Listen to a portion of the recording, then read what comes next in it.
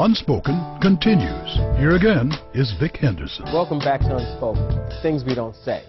Bringing there the unique views of the relationship between blacks and Latinos are journalist Esther Cepeda, a columnist for the Chicago Sun-Times. She's also a Huffington Post blogger.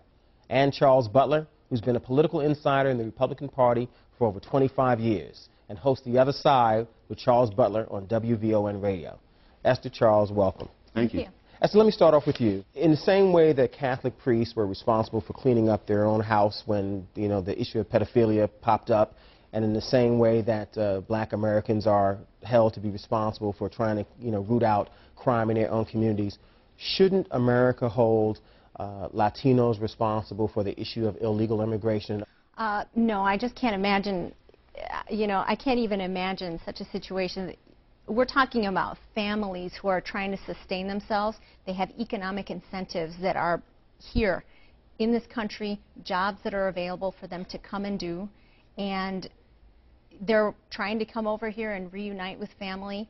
That family is not going to throw them to the immigration's wolves because there's obviously the economic incentives for them to come here illegally to work.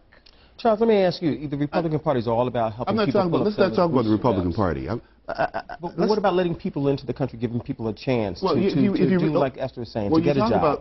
I don't think they should be here, first of all. But secondly, you have to remember that a Republican president in '86 created, signed a bill for amnesty for Hispanics. What about the concept of allowing people to pull themselves up by the bootstraps and not putting a stop sign at the door?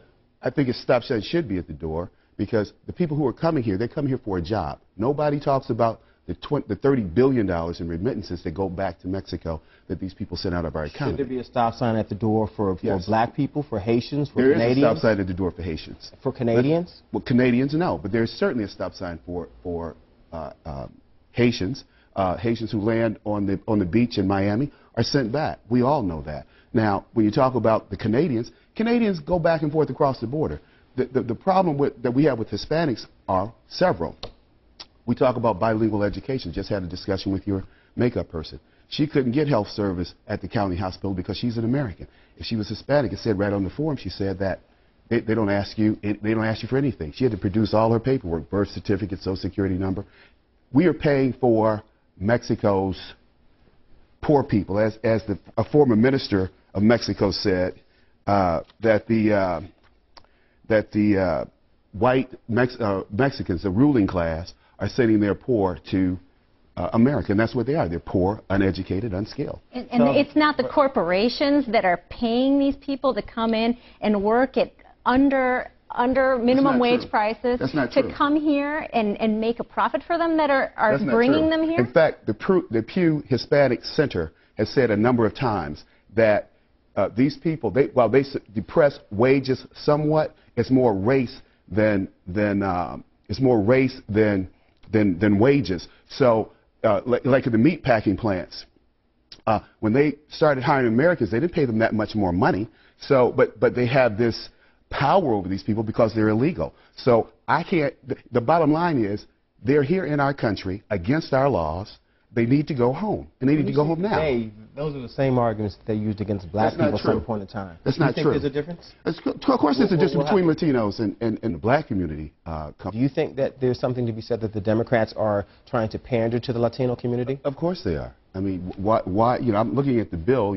Eric Holder was on television talking about the bill, hadn't read the bill. Folks, this is the bill. I've read it a number of times. So what does it say to you? What it says is it's the same thing that it says to any citizen in this country. You have to have a driver's license, you have to have a state ID, or you have to have some government papers, immigration papers, saying that you are legally in the country. When I went to France last month, same thing. I had to have my passport on me at all times. That's not an option when you go to other countries. I've gone to other countries. You have to have your paperwork. What is it about the Democratic Party that Latinos seem to like, and from a numerical standpoint, they're not supporting Republicans? What's going on in the culture that the rest of us may not see? There's just been an affinity with the, I guess, more liberal, ideals that the Democratic Party exemplifies, but I don't think that that's ever been a lock. I mean, George Bush had much Latino support. I think they've always kind of been. I don't think the population is old enough and been here long enough to be able to claim that the Latinos go for one or party or the other. And I think that's why they were so richly courted in the last presidential election and will be again. Charles? Well, speaking from experience on the national level, we know that La Raza had a strategy, and their strategy is to deliver 50% to Democrats, 50% to Republicans. They don't care who's in office come January 22nd. They're saying, where is mine? That's what they did in the Bush administration. That's what they did in the Obama administration. Let me ask both of you about an issue that hits both communities probably equally, racial profiling. Mm-hmm. Do you think racial profiling is wrong in the Latino community, Esther? I think racial profiling is wrong under any circumstances. What about you, Charles? Do you think racial profiling is wrong? I don't know any other way to police, first of all. So is it right or is it wrong? I mean, let us be clear about where you're coming from. I think it's necessary. That's what I'm saying. When you're a police officer, you have to profile suspects. You profile people. As a young man driving a Porsche, I was a naval officer driving a Porsche, I was constantly stopped by policemen who thought I was a drug dealer or I stole a car. So at the end was of the it day, right or wrong? That's just the way it was, because that's what young black folks were doing who weren't like me. And it doesn't trouble you? And of course it troubled me, but I understand that's America. Esther, let me challenge you some on the issue of racial profiling. Let's say, for example, there are 100 Latinos and maybe 80 of them are here legally and 20 are not, or 90 of them are here illegally and 10 are not. Why shouldn't we expect those 90 or those 80 to tell the other 10, look, you guys need to go back. You didn't follow the rules. We came here properly. We dotted I's, we crossed T's, and you guys didn't. Just go back and wait your turn. Why shouldn't we expect that? Because there's no turn to wait for. I mean, our immigration laws don't work that way, and you're not going to turn your family away when they're going to starve back home or be paid by a corporation here with U.S. dollars to work. Charles, hold on a second. What about that? The United States, when it wants to, it finds money. We send money to Israel. We send money to Afghanistan.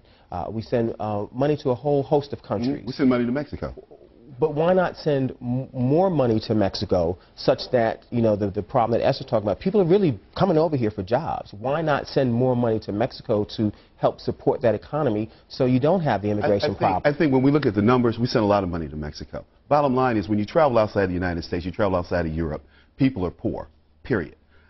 But why not send more is the issue? I think we're sending enough. I think we're sending too much. I think our taxes are too high as it is. However, let's not focus on just Mexico. I mean, but I think that people coming here illegally, they're breaking the law. My Hispanic friends, like Ruben Navarrete, who's a national syndicated journalist or columnist, he feels the same way that I do, which is that people should come through the door the right way. People say, well, what's the right way? Well, we have laws. And, we shouldn't change those laws to accommodate, like Spanish only or Spanish bilingual education. Waste a lot of money on that. So let me ask you this. In the Latino community, is there a sense that the black community is supportive of, opposes, or is indifferent to the immigration laws that Latinos would like to see passed? I think a couple of years ago you would have seen that there may have been a sense of indifference, but because of the economy squeezing jobs and there being this idea that illegal immigrants who are paid less money are taking jobs that perhaps others, of any race or any color would take, then that creates a tension. And now I think, in general, Latinos are just feeling like there's negative feelings toward them by everybody. Charles, in the 15 to 20 seconds left, let me ask you, do you think that Latinos are coming over and taking jobs away from black people? Do you think that? They always impact the people at the bottom of the social economic. They're taking jobs and opportunities away from Hispanic Americans also. But the bottom line here is, I don't remember Tom Flores, Chichi Rodriguez, or Lee Trevino ever being kept out of a golf course because of their color. We don't have the same issues. Yeah.